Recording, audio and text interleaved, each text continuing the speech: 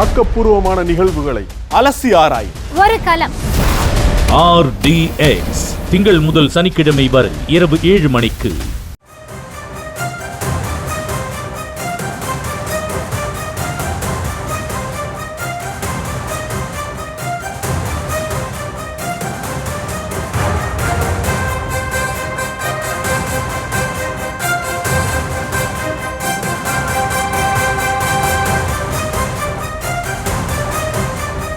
அண்மை செய்தி. உயர்நீதிமன்ற கிளையில் முன்ஜாமீன் கோரியிருக்கிறார் தாவிக பொதுச் செயலாளர் புசியானந்த்.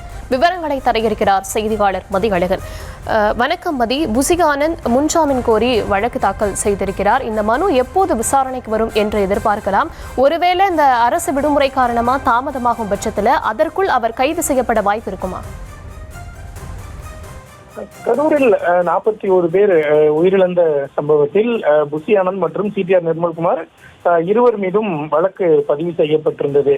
இந்த நிலையில் இருவரும் தற்பொழுது முன்ஜாமீன் கோரி சென்னை உயர்நீதிமன்ற மதுரை கிளையில் மனு தாக்கல் செய்திருக்கிறார்கள். இருவரும் தற்பொழுது தலைமறைவாக இருப்பதாக கூறப்படும் நிலையில் இந்த மனுவானது மதுரை கிளையில் தாக்கல் செய்யப்பட்டிருக்கிறது. இந்த மனுவை பொறுத்த வரைக்கும் பல்வேறு விவகாரங்கள் குறிப்பிடப்பட்டிருக்கின்றன. குறிப்பாக அதாவது கூட்டத்தை கட்டுப்படுத்த தேவையான போலீசார் அங்கு பாதுகாப்பு பணியில் இல்லை என்று தெரிவிக்கப்பட்டிருக்கிறது. கூட்டம் மிக அதிக அளவில் இருந்தாலும் கூட கூட்டத்தை கட்டுப்படுத்துவதற்கு போதுமான போலீசார் அந்த இடத்தில் இல்லை என்று தெரிவிக்கப்பட்டு இருக்கிறது. புசியானந்த் உள்ளிட்ட நிர்வாகிகள் மட்டுமே கூட்டத்தை கட்டுப்படுத்தும் பணியில் ஈடுபட்டுள்ளதாக தெரிவிக்கப்பட்டிருக்கிறது.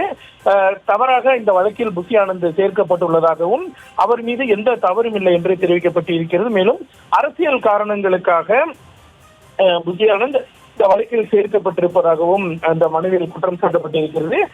மேலும் சமூக விரோதிகள் அந்த கூட்டத்திற்குள் நுழைந்ததன் காரணமாகவே கூட்ட நெரிசல் ஏற்பட்டதாகவும் நோயாளிகள் யாருமே இல்லாமலேயே ஆம்புலன்ஸ் கூட்டத்திற்குள் வந்ததாகவும் அந்த மனுவில் குறிப்பிடப்பட்டிருக்கிறது. CTR நிர்மல்குமாரினுடைய மனுவிலும் இதே காரணங்கள் தான் தெரிவிக்கப்பட்டிருக்கின்றன. இந்த நிலையில் உயர்நீதிமன்றம் இந்த வாரம் தசரா விடுமுறையில் இருக்கிறது. 2 நாட்கள் இன்றும் நாளையும் இன்று ஒரு நாள் மனுவாக தாக்கல் செய்யப்படும்.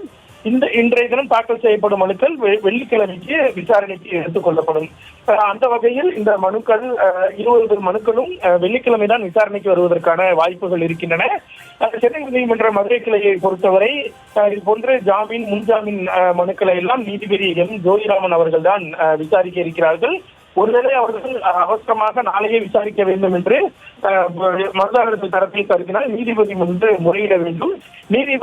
நீதிபதி அதனை ஏற்றுக்கொள்ளும் பட்சத்தில் இந்த மனு அவசர வழக்காக விசாரிப்பதற்கான வாய்ப்புகள் இருக்கின்றன. இல்லை என்றால் இந்த மனு வெள்ளிக்கிழமைதான் விசாரணைக்கு வரும். மேலும் இவர்கள் இருவரையும் கைது செய்வதில் தீவிர நடவடிக்கையில் போலீசார் ஈடுபட்டிருக்கக்கூடிய நிலையில் ஒருவேளை இவர்கள் இந்த மனு விசாரணைக்கு வருவதற்கு முன்பாகவே கைது செய்யப்படும் பட்சத்தில் இந்த மனு என்பது காலாவதியாகிவிடும். எனவே அவசர வழக்காக விசாரிப்பதற்காக முறையீடுகள் செய்யப்படுமா என்ற ஒரு கேள்வியும் எழுந்திருக்கிறது.